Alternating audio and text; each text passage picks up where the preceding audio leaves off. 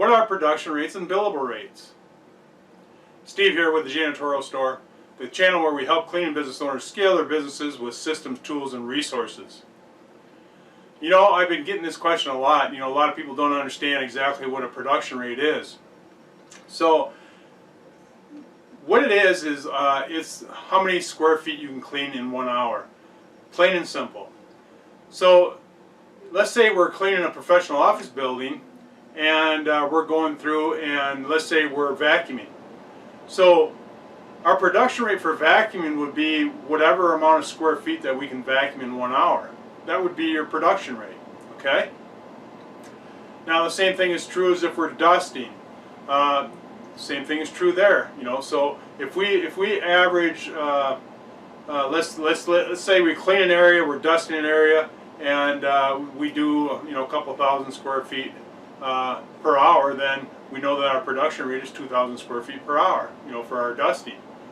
So essentially, that's all it is. It's you know, it's nothing complicated, but you just need to know what that is. So just remember, it's the amount of square feet that you can clean in 1 hour.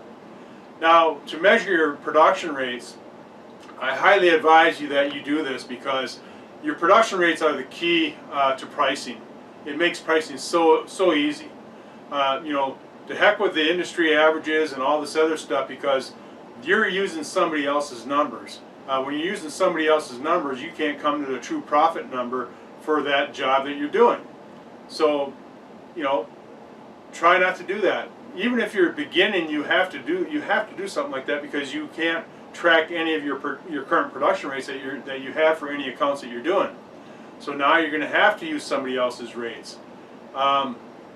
So that would be the only time, but I highly advise that you start tracking your own production rates as fast as possible, because you do not want to make it a habit of using somebody else's numbers. That's really common in software too. So when you buy a software, you're not using your numbers. You're not using your production rates or your billable rates. You know, the software may ask you to enter in your rates for that, maybe or maybe not. Or they might just use industry averages to calculate how long it's going to take you to do a specific job or account.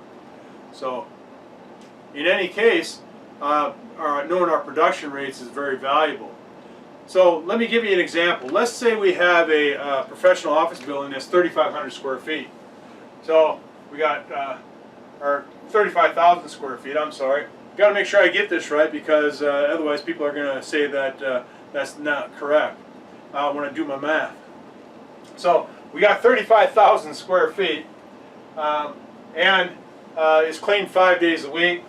So, and then we just calculate that we know from tracking that our production rate is 3,500 square feet per hour.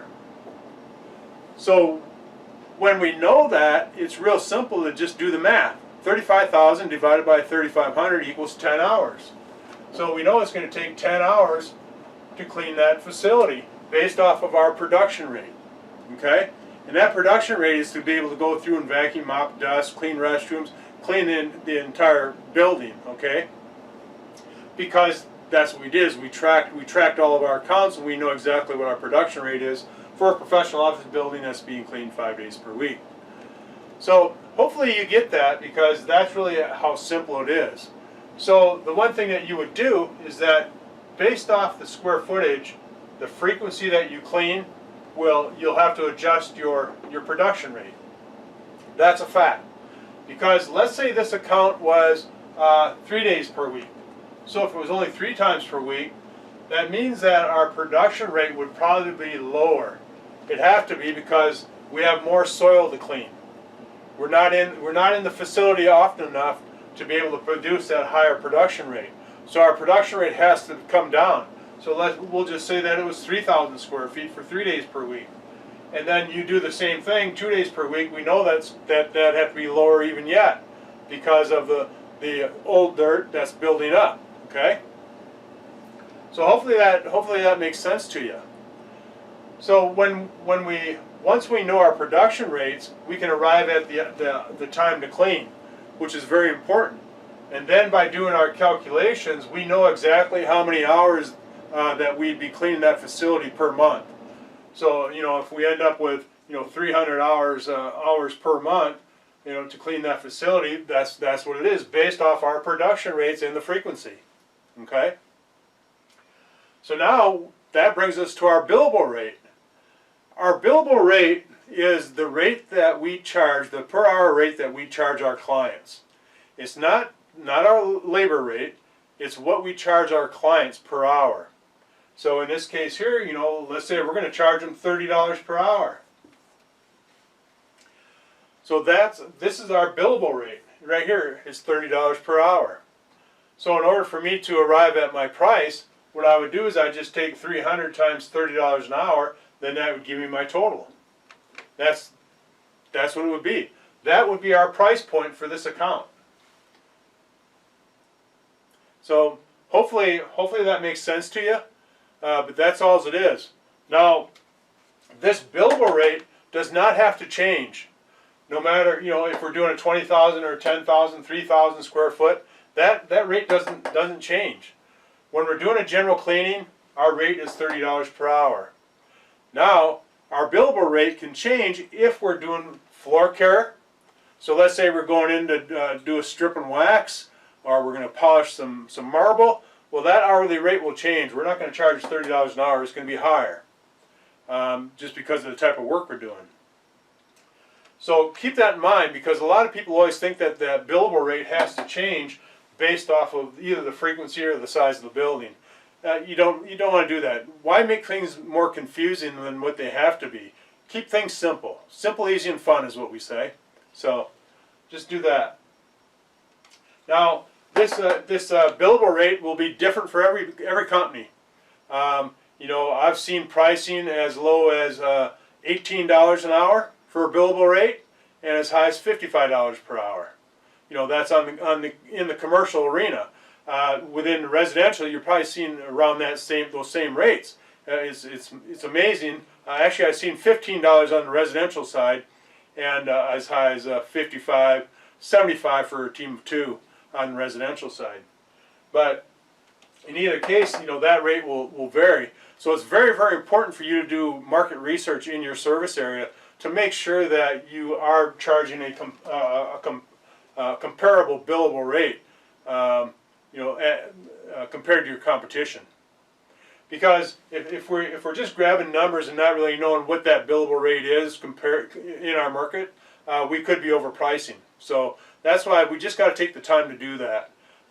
Take the time to find out what's the average price billable rate that cleaning companies are charging, and you'll be fine. Once you find that and you got a span, just go somewhere in the middle. So then now your billable rate's right in the middle.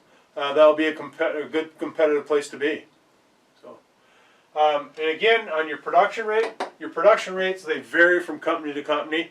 You know, and I tell you what, that's what made us so successful, is because we had very high production rates. Our quality of work was high. Our production rates were high. That means that we were more efficient than the other competitors.